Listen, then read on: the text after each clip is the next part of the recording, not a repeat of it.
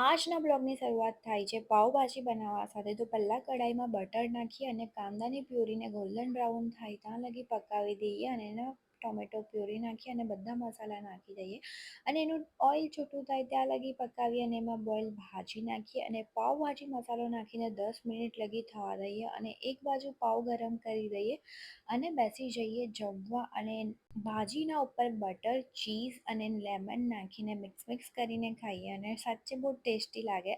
અને પાવભાજી એટલી નહીં ભાવે પણ મેં કોઈ વાર ખાઈ લઉં, ઠીક છે.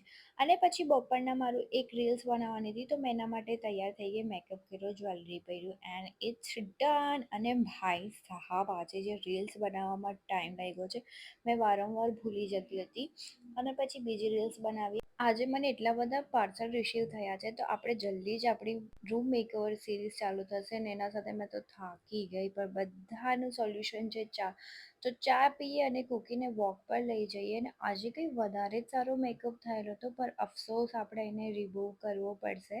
અને પછી રીલ્સ એડિટિંગ કરવા બેસીએ અને રીલ એડિટિંગ કરતાં બહુ વાર લાગે, સિરિયસલી 3-4 કલાક થઈ જાય છે. તો આજે એના જ સાથે બ્લોગ અહીંયા પૂરો કરીએ. બાય.